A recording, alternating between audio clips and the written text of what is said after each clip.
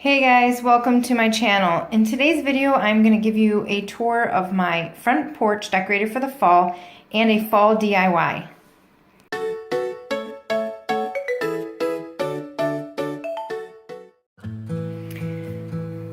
So this is the front porch as you're entering it, and we just planted those hydrangeas. So I just have some mums and some pumpkins on the stairs. Normally we have actually like 4 of each. But I didn't do that this year.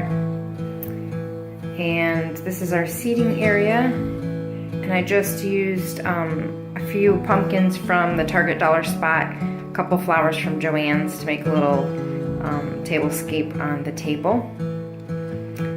And then you will see some more pumpkins and mums. And that wreath I made, and I also have a video I will link below if you want to see how I made it and what I used.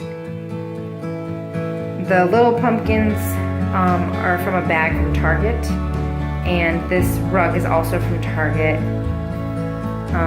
The hay bales I got from Walmart, and again just some more pumpkins and some different mums from the local store.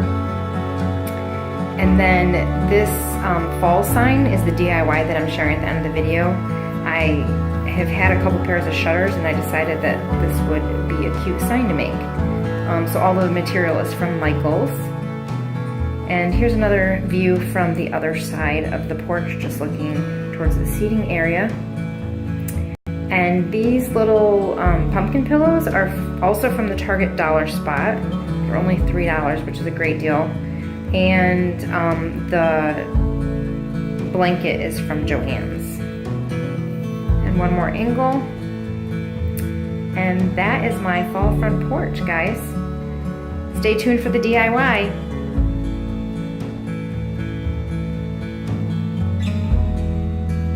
So these are the supplies that I got for my fall sign. Everything here is from Michael's.